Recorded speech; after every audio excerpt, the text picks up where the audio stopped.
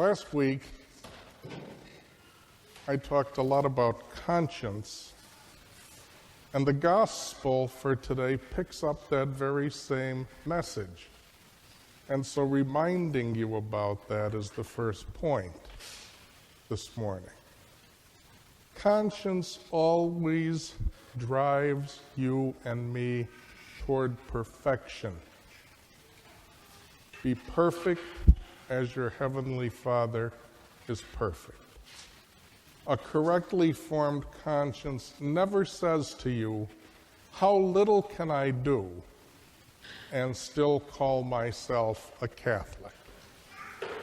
Conscience does not open the door to be a minimalist. How can I give myself permission to do the minimum?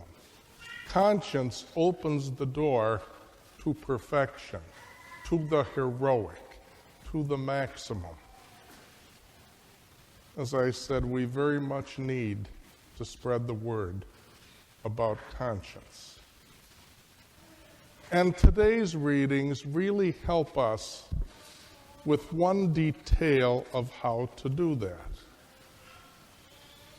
If we're going to spread the good word about conscience, that means we're going to have to correct others of our brothers and sisters who are Catholic. We're going to have to correct them. And the first reading tells us that that's not easy.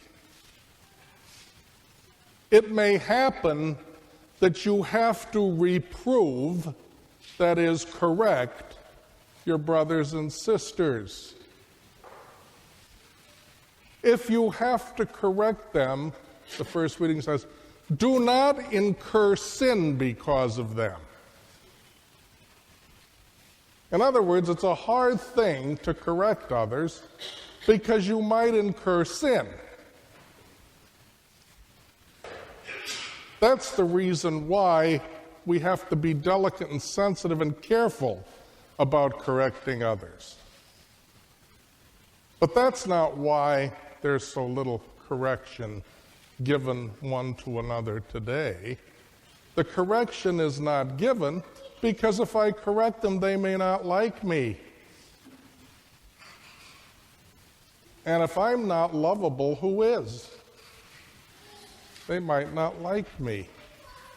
Or, God forbid, that I would correct somebody if I live in Madison, because it's so politically incorrect to correct anybody, because no one can be corrected, because there is no good and no bad, and we all know that here. So that's why a lot of people don't do any correcting. They're afraid of not being liked.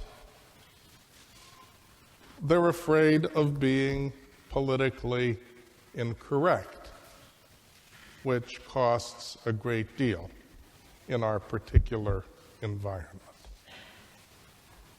But in the first reading, God is telling us the problem with correcting others for true believers, not for people who are afraid of what others think, not for people who are afraid to be politically incorrect, but correcting others is really hard, even for true believers.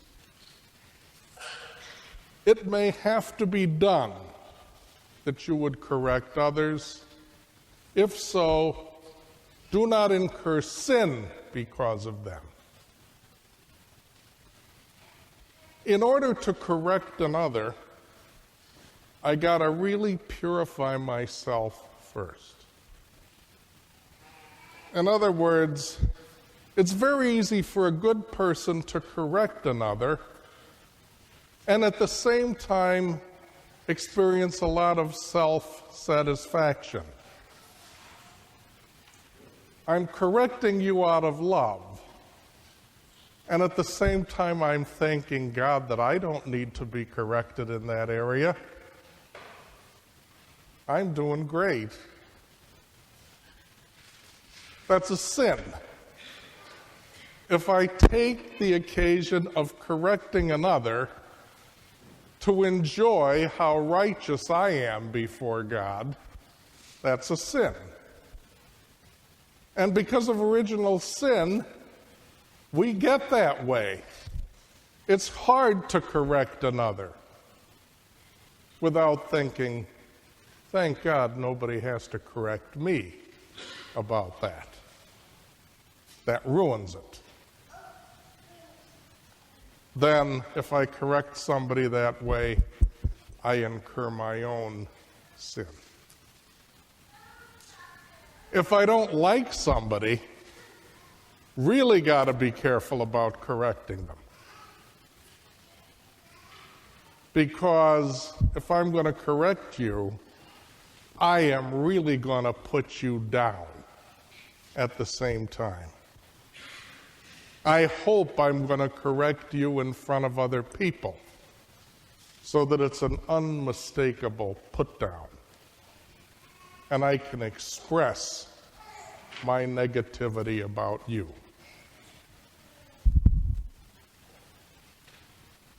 Correction of a true believer is not easy to find in the church. That's why there's so much confusion. Because really true believers, really good people, don't correct. And they don't correct because they're afraid of falling into sin in the process of correcting. They're not superficial. Somebody might not like me. I won't be considered politically correct. They're not superficial true believers. But I might sin as I go about correcting the other. And so I have to be very careful about it. And so sometimes, even among true believers, it doesn't get done. The only correction in the diocese that I know of that is done regularly and goes on all the time is when people correct their priests and when priests and people correct the bishop. It seems to be open season for correction on priests and bishops. Not much else gets done. And then the mass media joins in the chorus and makes it even worse. The State Journal finally found something good to say about the church this morning. We offer gluten-free hosts to those who have celiac disease. Well, it's something, I'll take it.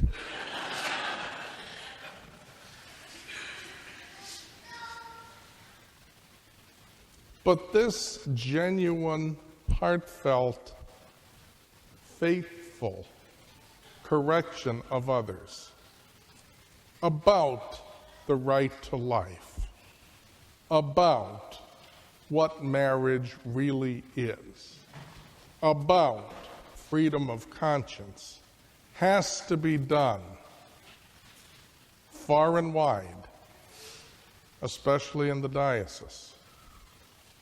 And I do my best, but you have to be the army that goes out and helps me with this.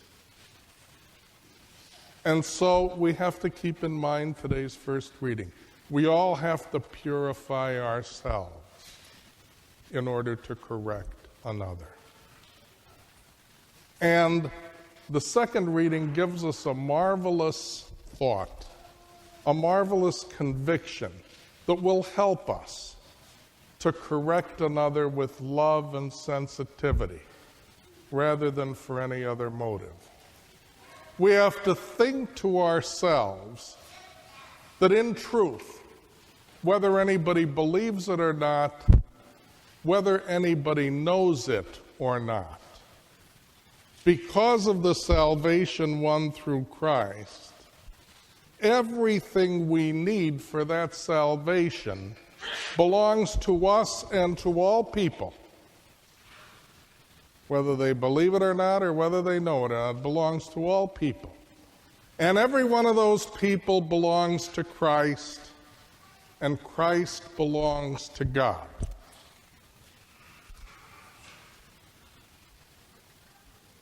When we approach another, I belong to Christ, you belong to Christ, and we both belong to God. How are we going to treat that person as we offer correction? We have to address the fact that he or she needs correction. We can't run away from it in fear. But we also have to treat them as one who, like ourselves, belongs to Christ, and Christ belongs to God.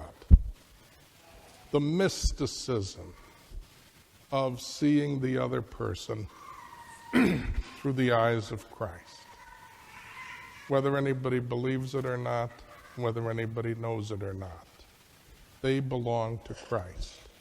Christ belongs to God. And it's from there that we enter into the dynamic of fraternal correction, so needed in today's church. Praise be Jesus Christ.